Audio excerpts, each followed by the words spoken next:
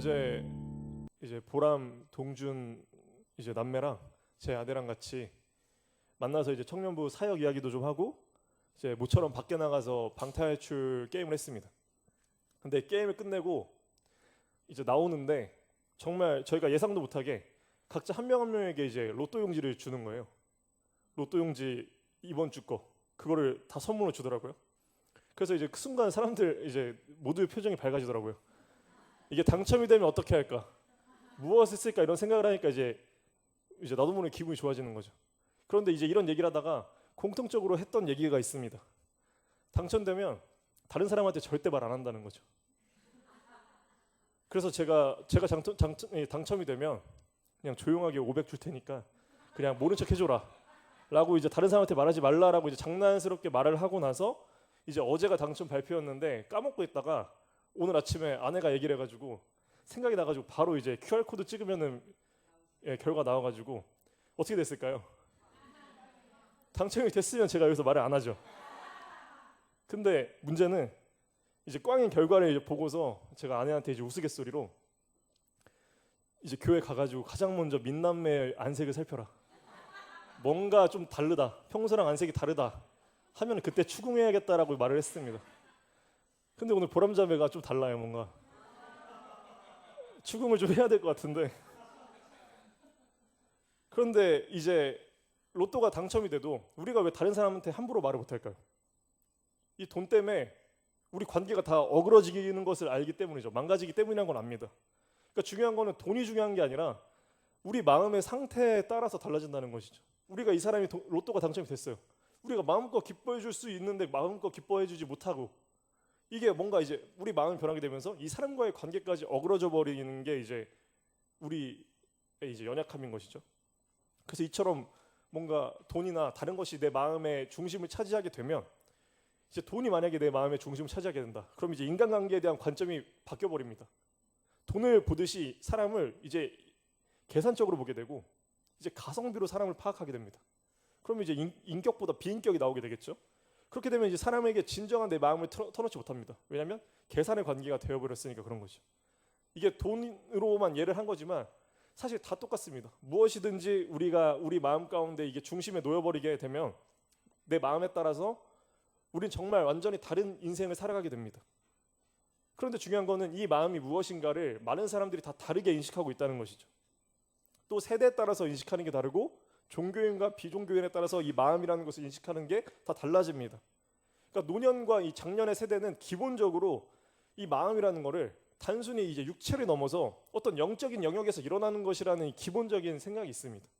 그래서 신앙과 이제 믿음에 따라서 다 다르겠지만 어떤 사람은 물 떠놓고 기도를 하고 새벽에 이런 기도를 하는 수준이라고 할지라도 또 조상님이 제사상에 와가지고 밥 먹고 간다고 하는 그런 믿음 수준이라고 할지라도 기본적으로 이런 영적인 무엇이 있다라고 믿고 있다는 거죠. 그런데 이제 또 다른 문제가 거기서 이제 미신, 광신 뭐 그런 문제가 생기긴 하지만 그럼에도 불구하고 기본적으로 우리가 사는 것 이상의 다른 차원이 있다라는 이제 기본 개념이 잡혀 있습니다. 그런데 이제 요즘 세계관은 전혀 다르게 시작하는 거죠. 지금 살아가는 사람들에게서는 이제 기본적으로 마음이라는 거는 그냥 뇌에서 일어나는 전기적 신호, 그냥 생각 정도로 받아들이고 있습니다. 그래서 영적인 차원, 또 다른 차원을 믿지 않거나 그냥 그거는 환상 정도, 그냥 이제 꿈 정도라고 이제 생각을 하게 되는 것이죠. 왜냐하면 이들에겐 당연히 눈에 보이는 것이 이 세상의 끝이라고 믿기 때문이죠. 그래서 과학으로 증명된 것이 전부인 세상 속에서 태어나고 그렇게 듣고 살아온 세대입니다. 그래서 이제 장년과 청년들이나 이제 다음 세대가 신앙이 생기기 위해서는 다가가야 되는 게 아예 다릅니다. 장년들은 기본적으로 영적인 세계가 있으니까 고난에 빠지면 기도하든 뭐든 하면서 이렇게 찾아가게 되는데 이제 청년이나 이번 세대는 내가 고난에 빠지고 어려움에 빠지면 의지할 사람이 아예 없습니다. 찾을 사람이 없습니다. 그럼 내가 해결해야 되는데 내 어려움, 내 스트레스 이런 거 다 해결해야 되는데 이제 눈에 보이는 세상에서는 뭐라고 말하냐면 이 것들은 다 조절할 수 있는 것인데 이제 약으로 조절하고 이제 이것들을 회피하고 마음을 편하게 먹고 이런 식으로 이제 조절하게 되는 거죠. 그것도 반드시 필요한데 이것만으로 우리 근원의 문제를 해결할 수 없다는 것이 이제 굉장히 큰 문제라는 것이죠. 그러니까 요즘에 마약이 막 많이 하는 이유가 이거를 내가 해결할 방법을 아예 못 찾으니까 돌고 돌다가 이렇게 되게 되는 것이죠. 그러니까 이제 인식이 아예 다르게 되면 세상을 다르게 바라보게 되고 세상과 나와 이 모든 것들을 다르게 보고 살아가게 됩니다. 그렇게 되고 모든 어떤 일이 일어났을 때 이 해석조차 아예 다르게 해석을 하게 되죠. 예를 들어서 시간을 예로 들면 시간이 무엇일까요? 시간이 뭐야? 라고 물어보면 시간은 시간이지 뭐야? 라고 대답하시거나 아니면 이제 시계를 보시면서 지금 몇 시라고 물어보는 건가? 그러면서 이제 몇 시인지 한번 보시고 어떤 사람은 이제 태양계 이제 천체가 이제 물리적으로 움직이는 것을 이제 재는 척도로서 이제 시간을 의미합니다. 그런데 이제 시간이라는 게 단순히 이런 물리적인 차원에서 존재하는 것인지 한번 살펴보자면 시간을 만드는 것은 이게 물리적인 태양의 이제 천체 이런 회전 운동에서 만들어지는 것이고 그 운동량에 의해서 이제 시간이 흐르고 있는 것을 우리가 이제 인식하는 것이고 시간 자체는 사실 아니라는 거죠. 그러니까 시간을 우리가 진정으로 파악할 수 있는 거는 어떤 물리적인 뭐가 아니라 결국 우리의 마음으로 시간을 알 수 있다라고 말합니다. 그러니까 시간이란 결국 우리의 마음, 내 마음이 움직이는 방향이라는 것을 이제 말하는 건데 그래서 이제 우리의 마음이 없으면 지속과 운동은 있을지라도 시간 자체라는 것은 없다. 시간은 우리 마음 밖에서 파악할 수가 없다. 오직 마음 안에서 드러나며 마음과 시간은 하나다라고 말을 합니다. 그래서 마음이 변하면 우리의 삶이 변하고 삶이 변하면 우리의 시간도 변하게 되는 것이죠. 복잡하죠? 예를 들어보겠습니다. 우리에게 각각 다 똑같은 시간이 주어지고 있습니다. 그런데 그 시간이 모두에게 다 똑같이 간다고 생각하십니까? 똑같은 한 시간이라고 할지라도 내가 친구를 만나서 수다 떠는 한 시간이랑 내가 헬스장에서 러닝머신 뛰는 한 시간이랑은 완전히 다르게 흘러갑니다.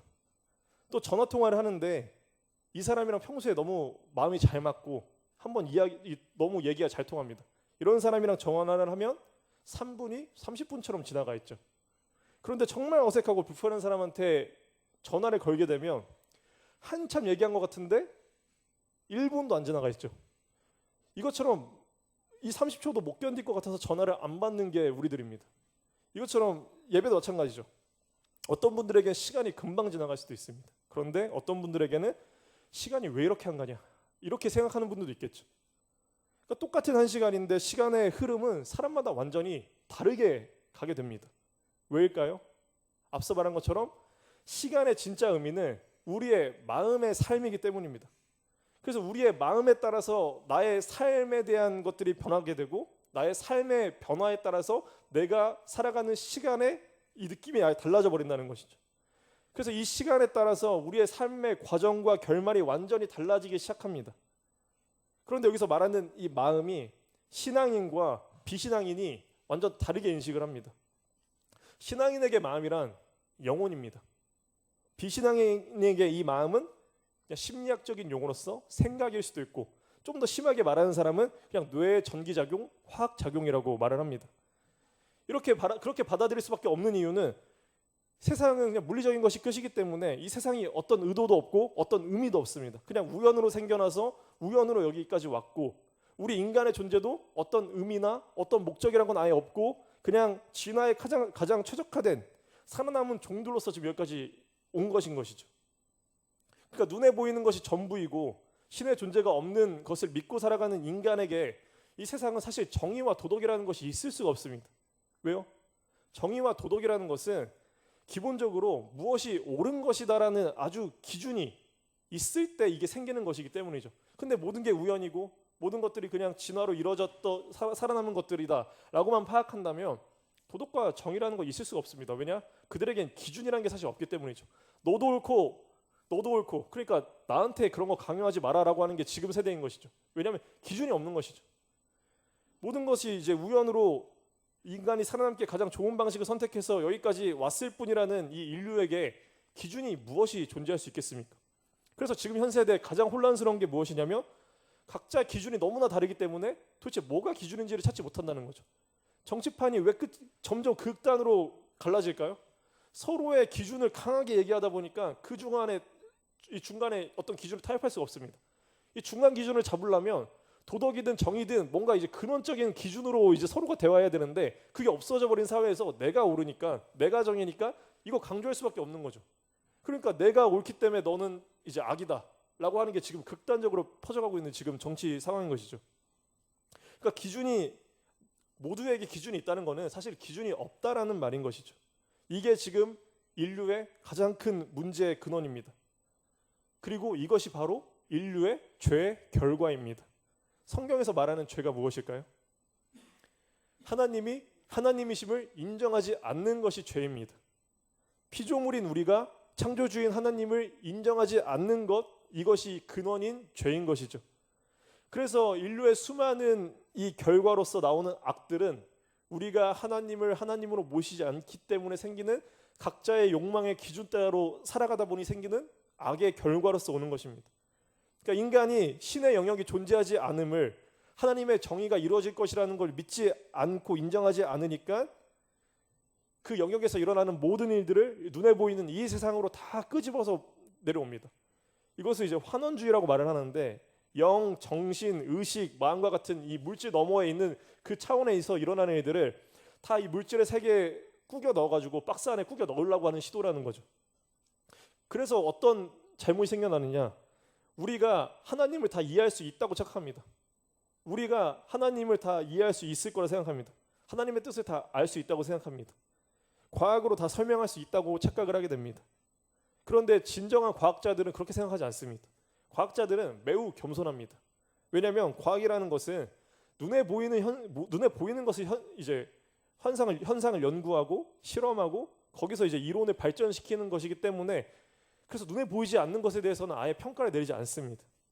그리고 과학은 자신들이 답을 내릴 수 없는 영역이 있다는 것을 인정하고 있습니다. 그러니까 사실 과학으로 우주의 시작과 인류의 시작이 어떻게 여기까지 왔는지에 대해서 아예 말을 못합니다. 그냥 그 상황을 파악한 대로 지금 정리하는 거지 사실 그 근원을 모르기 때문에 말하지 못합니다. 그래서 인간의 자유의지, 인간의 정신, 인간의 의식, 이런 것들도 사실 설명하지 못합니다. 이것이 과학의 한계인 것이죠. 그런데 이 과학을 과학주의라고 만들어가지고 과학이 설명할 수 없는 것은 없는 것이다 라고 자신들의 이제 맹목적인 믿음, 그걸 다른 사람들에게 이제 주입시키는 사람들이 나오기 시작했죠. 이제 리처드 도킨스 같은 그런 사람들이 한때 굉장히 이걸 유행시켰던 사람인데, 근데 도킨스가 얼마나 자기도 믿지 못하는 것을 이 사회에 많이 얘기했는지는 책을 좀 찾아보면 알 수 있습니다. 왜냐하면 도킨스가 말하는 것처럼 인간이 아무 의미가 없고 인류의 목적이 아무 의미도 없고 선한 것도 없고 도덕도 없고 정의가 없다라고 이제 믿는 세상에서 사람을 보게 되면 정말 인간은 아무 존재에 의미가 없는 사람들입니다. 그런데 한번 진실되게 우리가 생각해 보면 우리 인간이 그렇게 의미 없는 존재입니까? 정말 별 볼 일 없는 존재입니까? 내 자녀가, 내가 정말 사랑하는 이 자녀가 짐승과 다를 바 없다라는 게 우리 마음으로 믿어집니까? 우리 마음으로 와닿지 않는다는 거죠. 머리로는 그럴 수 있습니다. 머리로는 이렇다는데 막상 내 가슴이, 내 마음이 그렇게 가질 않습니다. 사람들이 동물과 다를 바 없다라고, 내가 동물과 다를 바 없는 존재라고, 아무 의미 없는 존재, 죽고 나서 그냥 먼지처럼 흩어져 버릴 존재라고 내가 사실 나를 그렇게 믿습니까? 이렇게 믿고 살아가는 이들은 당연히 우리 인생에서 의미와 이유를 찾지 못하기 때문에 평생 허무함을 두고 싸우다가 죽을 수밖에 없습니다. 왜냐? 세상은 계속 내가 우연의 산물, 의미 없이 살다가 죽을 뿐인 존재, 그렇게 말하는데 내가 나를 절대 그렇게 생각할 수 없다라는 거죠. 그렇게 생각하면 평생 괴로울 수밖에 없습니다. 이것이 우리가 하나님을 떠나버려서 길과 방향을 잃어버린 죄의 결과입니다. 우리가 고난이나 이런 어려운 상황에 빠졌을 때 가장 괴로운 것이 무엇일까요? 그 환경과 어려움에서 오는 문제일 수도 있겠지만 정말 우리를 괴롭게 만드는 것은 이 일이 언제 끝날지 모를 때, 그때 우리를 가장 힘들게 합니다. 이게 언제 끝날지 안다면 어떤 상황이라고 할지라도 우리는 그걸 견뎌낼 수 있습니다. 만약에 내 아들이, 남자친구가, 남편이 군대에 갔는데 어떻게 견디겠습니까? 제대 날짜를 아니까 견디는 거죠. 그냥 끌려나갔는데 올지도 언제 올지도 모르고 그러면 못 견딥니다. 그냥 뭔가 도무지 끝나는 지점이 언제일지 모르는 사람들은 결국 고꾸라질 수밖에 없는 것이 인간이라는 것이죠. 그래서 이 고난, 내 마음을 직면하게 될 때 비로소 인간은 내 인생에 대해 진지하게 질문하게 됩니다. 특별히 죽음을 깊게 인식할수록 그렇게 됩니다. 청년과 장년의 믿음의 깊이가 왜 다를 수밖에 없을까요? 경험과 고난과 맞이한 죽음의 경험이 다르기 때문입니다. 청년들은 아직 내 인생에 시간이 많이 남아있다고 생각합니다. 착각하고 있는 것이죠. 그래서 죽음은 존재하지 않는 것처럼 내 마음에 와닿습니다. 청년과 장년 중에 누가 더 잠을 못 이길까요? 당연히 청년이죠. 왜죠? 나에겐 남은 시간이 많으니까. 근데 장년부터는 아닙니다. 잠을 잘 이기죠. 왜냐? 이제 점점 내 인생의 시간이 부족해지고 있다는 것을 느끼게 되는 것이죠. 그럼 노년의 축복은 무엇입니까? 노년. 하나님과 대면할 시간이 점점 가까워짐을 온전히 느끼는 것은 노년의 때밖에 없다라는 것이죠. 그러니까 마음이 다르니까 인생의 시간을 아예 다르게 쓸 수밖에 없게 됩니다. 이토록 진지하게 하나님께 질문하는 이들에게는 하나님께서 대답해 주십니다. 자신의 죄, 하나님을 인정하지 않았던 이 죄에 대해 진지하게 직면하고 하나님을 진심으로 내 마음의 중심을 찾는 이들에겐 하나님께서 대답해 주십니다. 그분께 하나님께 돌아올 수 있는 길을 열어주십니다. 그런데 그 길을 볼 수 있는 눈은 인간의 환원주의와 이 물질 너머에 계신 하나님을 보고 믿는 것이기 때문에 성령님의 도우심으로 영의 눈으로 볼 수밖에 없습니다. 그래서 오늘 다윗의 고백이 무엇입니까? 바로 이 인류의 죄, 자신의 죄를 깊이 인정함으로 시작합니다. 그리고 자신의 죄를 스스로 어떻게 해결할 수 없음을 인정합니다. PPT를 통해 시편 51편 5절 말씀을 함께 읽겠습니다. 내가 죄악 중에서 출생하였으며 어머니가 죄 중에서 나를 잉태하였나이다. 인류의 죄, 즉 하나님을 인정하지 못한 이 죄, 하나님이 계심을 깨닫지 못한 데서 오는 이 연약함을 고백합니다. 그래서 하나님께 구할 수밖에 없습니다. 하나님께서 자신의 존재를 계시해 주는 이 은혜 속에서만 우리는 하나님께 돌아갈 수 있게 됩니다. 시편 51편 1절을 화면을 통해 함께 읽겠습니다. 하나님이여 주의 인자를 따라 내게 은혜를 베푸시며 주의 많은 긍휼을 따라 내 죄악을 지워주소서.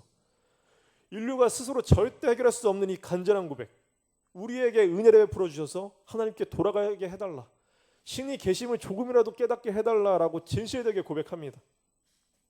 그 길을 열기 위해 예수님께서 우리에게 오셔서 십자가에서 스스로 죽으셨습니다. 신의 존재를 믿을 수 있는 인간이 다른 명도 없는데 신이 인간의 몸으로 우리에게 오셨기 때문에 그 모든 사실 우리의 언어로 말씀해 주셨기 때문에 이제 우리는 깨달을 수 있게 된 것이죠. 그 십자가의 죽으심으로 온 인류의 죄, 하나님께 돌아갈 수 있는 길을 열어주신 것입니다. 시편 51편 6절에서 7절 말씀을 세 번역으로 함께 읽겠습니다. 마음속에 진실을 기뻐하시는 주님, 제 마음 깊은 곳에 주님의 지혜를 가르쳐 주셨습니다. 우슬초로 나를 정결케 해주십시오. 내가 깨끗하게 될 것입니다. 나를 씻어주십시오. 내가 눈보다 더 이게 될 것입니다. 우리 마음을 큰 물통이라고 생각해 보겠습니다. 우리 마음은 다 이 큰 물통을 가지고 있는데 사람들이 계속해서 더러운 것을 집어넣습니다. 너는 아무것도 아니야. 너는 가치 없는 존재야. 인간은 뭐 아무것도 아니야. 이 세상에 가장 중요한 건 물질, 돈이야. 그것보다 더 중요한 건 없어. 이런 것들이 내 마음의 물통 안에 계속 쌓여있게 되면 내 마음의 맑은 물은 다 혼탁해지고 심하면 썩어져 버리게 됩니다. 이것이 지금 인류의 상황인 것이죠. 그런데 시편에서 이런 우리 마음을 다시 깨끗하게 하는 것은 지금까지 우리 마음에 나도 모르게 채워졌던 이 더러운 것을 다 버리고 하나님의 지혜로 채우라고 말씀하고 계십니다. 또 우리는 마음속에 아무것도 없으면 그 공허함을 견디지 못합니다. 외로워서 어떻게 참지 못합니다.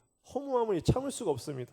그래서 무엇이라도 채우려고 하는 것인데, 그런데 우리가 가장 쉽게 내 마음을 채울 수 있는 곳이 어디입니까? 세상의 문화, 세상의 소리, 그리고 내 감정, 이런 것들, 심지어 부모님의 가치관 속에서 우리는 그런 것들로 채우게 된다는 것이죠. 그래서 다윗이 고백하는 것이 무엇입니까? 내가 선택하지 못하는 그 순간에 나는 이미 죄로 태어나게 되었다. 그럴 수밖에 없었다라고 말합니다. 그러나 성경에서 하나님께서 말씀하십니다. 이전엔 그랬으나 지금은 아니다. 이제는 아니다. 이제 우리는 하나님의 지혜로 나의 마음을 깨끗하게 해주실 것이다 라고 말씀하십니다. 우리 마음을 아프게 하고 상처받게 하고 나 스스로의 가치를 무시하게 만들었던 내 마음을 혼탁하게 만들었던 이 모든 것들을 다 내어버리고 그 공허함을 온전한 정결함으로 깨끗하게 채워주시는 하나님의 지혜로 채우라고 말씀하십니다. 이사야 43장 1절에 화면을 통해 함께 읽겠습니다. 너를 지으신 이가 말씀하시느니라. 너는 두려워하지 말라. 내가 너를 구속하였고 내가 너를 지명하여 불렀나니 너는 내 것이라. 우리는 의심을 버릴 수가 없습니다. 그 누구도 믿지 못하고 나 자신도 믿지 못합니다. 세상에서 나를 믿으십시오, 저를 믿고 한번 투자해 보십시오 하는 사람들이 누굽니까? 사기꾼이죠. 나를 믿으라고 하는 사람이 이 세상에 있다면 그 사람은 의심부터 하게 됩니다. 그러니까 우리는 그 누구도 믿지 못합니다. 그리고 내가 그렇게 장담하더라도 내가 그렇게 해줄 수 있을 거란 보장이 없습니다. 그래서 사실 사람은 장담할 수 없는데 누가 장담하느냐? 사기꾼만 장담합니다. 그런데 여기서 하나님께서 말씀하십니다. 하나님은 신이시기 때문에 하나님 말씀을 무조건 지키십니다. 그리고 모든 창조주에게는 악이 없습니다. 선으로 모든 걸 이끄십니다. 그러니까 우리가 믿을 수 있는 것은 신의 말씀밖에 없습니다. 신께서 하나님께서 뭐라 말씀하십니까? 의심하지 말고 두려워하지 말라. 내가 너를 지명하여 불렀다 말씀하십니다. 너를 내가 지었다. 너의 뱃속에 아무도 너의 존재를 알지 못하던 그 순간에도 너를 사랑으로, 이 세상의 놀라운 가능성으로, 수억 만금과 비교할 수도 없는 그런 높은 기대와 가치로 창조했다라고 말씀하십니다. 내 마음이 혼탁할 때는 이 사실을 깨닫지 못한다는 것이죠. 돈이 인간보다 더 높은 가치라고 믿게 됩니다. 우리의 창조주이신 하나님의 마음을 알지 못하기 때문입니다. 정말 내가 이 세상에서 하나님께서 정말 기대하시는 그 가치의 인생으로 살아가기 위해서는 우리가 영의 눈으로 정결한 마음으로 하나님의 음성에 집중하고 귀 기울일 때, 간절히 구할 때 그렇게 시작하게 됩니다. 성경에서 예수님께서 간절히 말씀하시는 모든 내용이 이 말씀입니다. 그러니까 이 자리에 우리가 지금 함께 모여서 하나님의 말씀과 음성에 영과 마음으로 귀 기울이는 우리를 하나님께서 얼마나 기뻐하시는지 스바냐 3장 17절 말씀을 함께 읽겠습니다. 너의 하나님 여호와가 너의 가운데에 계시니 그는 구원을 베푸실 전능자이시라. 그가 너로 말미암아 기쁨을 이기지 못하시며 너를 잠잠히 사랑하시며 너로 말미암아 즐거이 부르며 기뻐하시리라 하리라. 단순히 하나님께서 여기 있는 우리를 기뻐하는 수준을 넘어서십니다. 하나님께서는 감정을 넘어서 행동으로 그 사랑을 증명하신 분이십니다. 이런 완전한 의심할 수 없는 사랑을 세상 어디에서 받을 수가 없습니다. 그런데 인간은 사랑받고 싶어하는 존재입니다. 늘 이런 완전한 사랑을 갈구합니다. 근데 세상 어디에서도 구하지 못하기 때문에 늘 방황하고 공허해합니다. 그러나 하나님께는 받을 수 있습니다. 로마서 8장 31절과 32절 말씀을 함께 화면을 통해 읽겠습니다. 그런즉 이 일에 대하여 우리가 무슨 말하리요? 만일 하나님이 우리를 위하시면 누가 우리를 대적하리요? 자기 아들을 아끼지 아니하시고 우리 모든 사람을 위하여 내주신 이가 어찌 그 아들과 함께 모든 것을 우리에게 주시지 아니하겠느냐? 기쁨을 넘어서, 여기에서 예배드리는 우리 그냥 기뻐하는 것을 넘어서 우리 편, 나의 편에 서겠다 말씀하십니다. 평생을 하나님께서 내 편 되어주시겠다 말씀하십니다. 죄로 원수였던 우리를 위해 자신의 아들까지 십자가에 죽이셨던 그 분께서, 용서와 은혜로 우리를 구원하셨던 그 분께서 우리를 자녀 삼아주셨고, 그렇게 하셨는데 우리에게 무슨 걱정과 무슨 두려움이 있는 것이냐? 창조주이신 하나님께서 언제나 나를 보고 기쁨을 이기지 못하시고 언제나 내 편 되어주신다 하시고 그렇게 하신다고 말씀하시는데, 이것을 진심으로 믿는다면 우리가 무엇이 겁나겠느냐라고 말하고 있는 것이죠.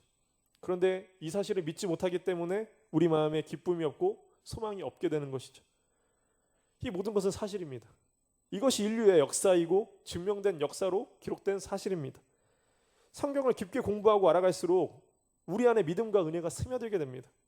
또 성경뿐만 아니라 역사를 공부해봐도 마찬가지고 과학을 공부해도 철학을 공부해도 우리가 정말 진실되게 하나님께 질문한다면 하나님께서는 그 무엇을 통해서 우리에게 대답해 주시는 분이십니다.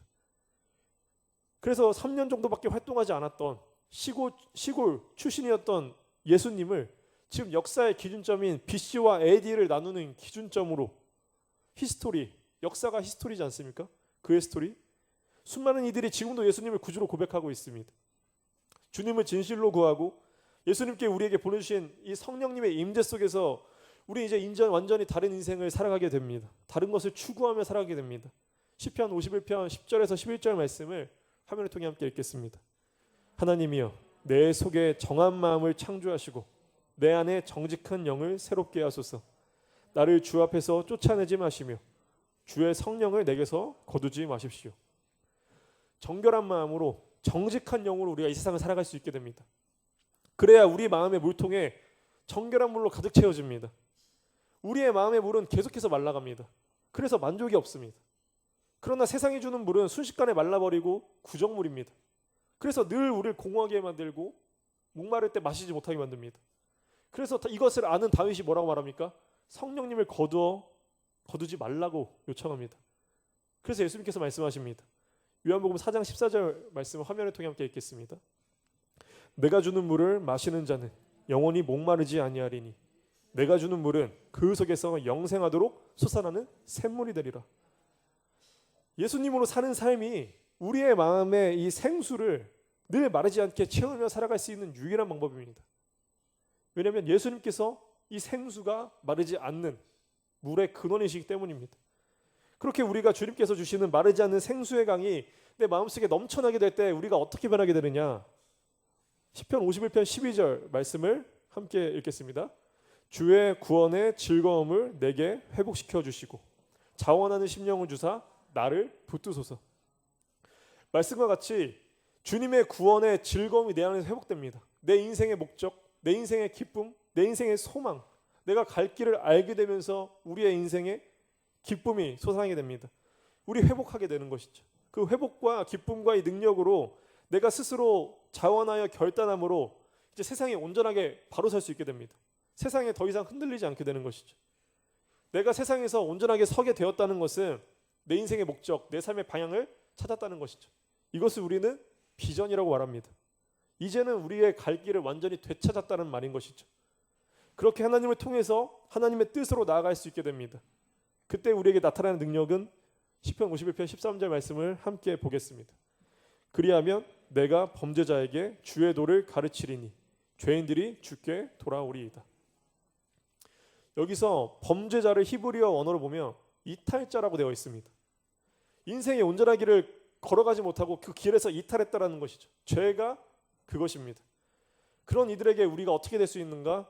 주의 도를 가르칠 수 있게 되었다고 말합니다. 여기서 도가 길인 것이죠. 즉 내가 주님을 통해서 내 인생의 길을 되찾고 내가 살아가는 길을 되찾은 그 사람을 그 기쁨과 넘치는 능력을 통해서 다른 이탈자들에게 그 길을 똑같이 걸어갈 수 있게 하는 능력이 생겨난다는 것이죠.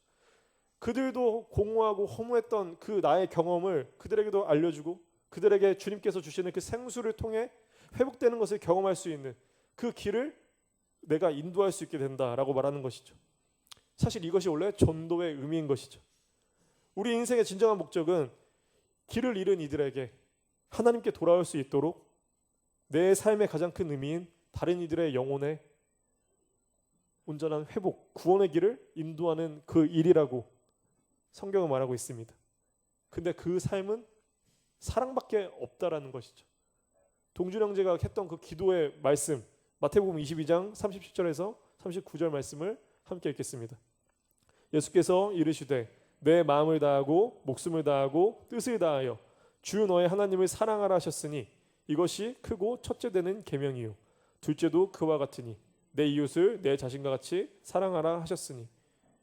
이것이 예수님의 계명, 예수님의 명령입니다. 우리가 하나님을 사랑하는 것은 예수님께서 말씀하셨습니다. 내 계명을 지키는 자가 나를 사랑하는 것이다.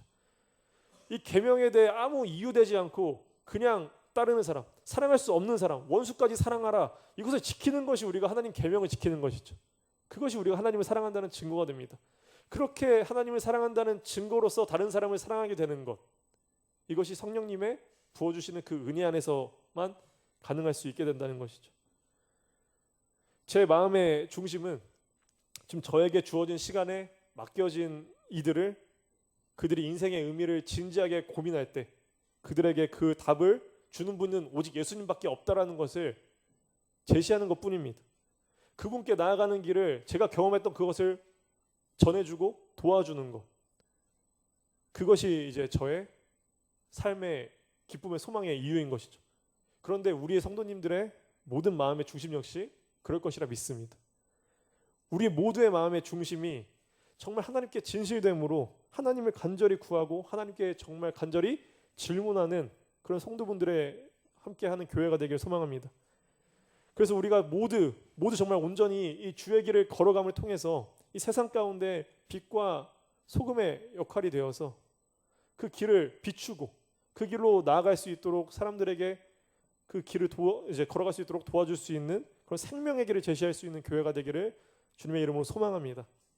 그래서 우리 교회에서 정말 예수님의 이 사랑의 빛으로 길을 잃어 헤매이는 수많은 이들에게 인생의 온전한 길을 걸어갈 수 있도록 돕는 주님의 교회 되기를 주님의 이름으로 소망합니다.